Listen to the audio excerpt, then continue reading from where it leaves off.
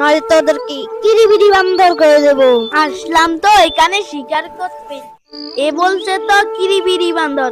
কিরিবিরি বান্দর আবার কি? সাই ও তো জানিল। ভিডিও চালা, এখান থেকে একটা বাঘ আসছে, দেখি তো।